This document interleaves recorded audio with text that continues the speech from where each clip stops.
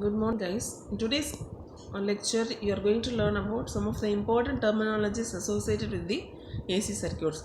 In the last class, you learned how and what is an alternating quantity or what is an AC, or how the AC sinusoidal voltage is getting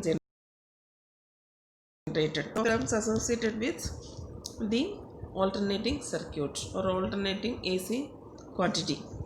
First one is average value. From the name itself, we can say the average of something. The average of what? Here it is nothing but the average of instantaneous values. Then what do you mean by instantaneous value? You can see here in the graphical representation of a sine wave. Graphical representation of voltage waveform or the current waveform. Here you can see the vertical lines are shown here. It is nothing but the current at a particular instant. So at a particular instant, if you measure a current, that value is nothing but the instantaneous value, since it varies from instant to instant for an AC or for the alternating quantity. For the DC, for the direct current, it will not vary, it will be constant. But for the alternating one, as it is the varying one, the voltage or the current or the magnitude, when it is measured a particular instant, it varies from instant to instant. So at a particular instant, what is the value is called instantaneous value. For the voltage waveform at a particular instant, what is the amplitude of the voltage, it is called the instantaneous value. Similarly, for the current waveform also, at a particular instant, what is the amplitude or the magnitude of the current is known as instantaneous. Instant, at a particular instant, what is the value. When you add all the, or to find the, when you find the average of all the instantaneous values of an alternating voltage or the current over the complete cycle, it is called as the average value. So you can add so many currents are shown here, all vertical lines, each and every instant the measurement of current is shown here. You can add everything, that divided by the number of samples gives you the average value. If we consider the symmetrical waves like a sinusoidal current or the voltage waveform, the positive half cycle will be exactly equal to the negative half cycle. Therefore, the average value over a complete cycle will be 0 here. When you calculate the average value for the positive half cycle and you calculate the average value for the negative half cycle, since the positive half cycle and the negative half cycle are equal and opposite to each other, when you add these two positive and negative in the equal value, that becomes 0. So for a complete cycle, the average value of a sinusoidal voltage is 0. Then how to find out the average value? So people will consider for only one half cycle the average value will be calculated. The work is done by both the positive and negative cycle, and hence the average value is determined without considering the signs. So only the positive half cycle is considered to determine the average value of alternating quantities of sinusoidal waves. Let's be able to understand this, the average value of this. Divide the positive half cycle into the number of equal parts as shown in the diagram, like I1, I2, I3 up to In. So the positive half cycle is divided into n number of instants. At every instant the current is measured. The average value of the current I average is nothing but mean of these currents, mean of mid ordinates. So I average is equal to I1 plus I2 plus I3 up to In. Since n number of samples, it is divided by n. So area of alternation divided by base gives you the average value. So analytical method, how to calculate the average value. We know that the standard equation for the alternating current, that is I is equal to sin omega theta, that is Im sin theta, or for V is equal to Vm sin theta. So average value is nothing but the area of the curve divided by the base gives you the average value. To find out the area of the curve, the current is getting integrated, or the current is integrated over a particular period, and that is divided by the base, that is what is the period of waveform considered, that by that it should be divided. So you can see the for I average 1 by 2 pi from 0 to 2 pi I theta, integration of 0 to 2 pi, the range is 0 to, for the complete half cycle it is up to 2 pi. So 1 by 2 pi, 2 pi is the base here. Integration of 0 to integrate the current from 0 to 2 pi.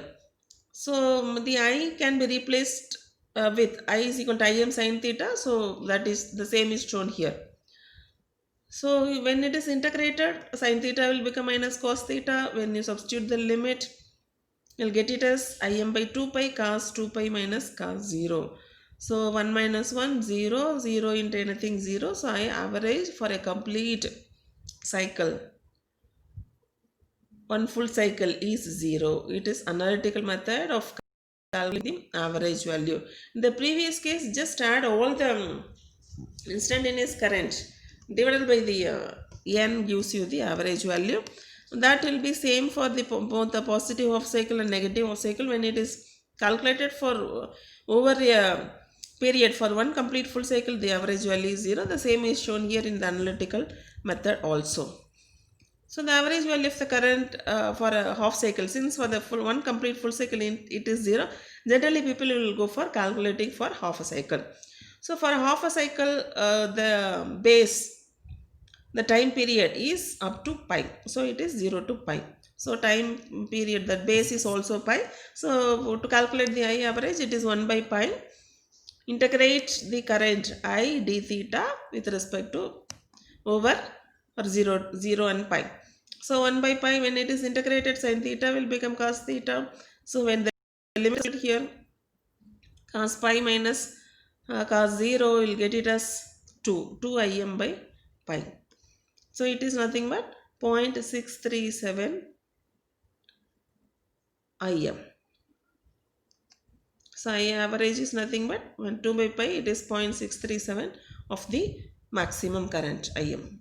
So it is about the average value of the sinusoidal voltage or the sinusoidal current. The RMS value, RMS, root mean square. You square the instantaneous value, you square, add it, find the mean, take the square root. Root mean square value, RMS value.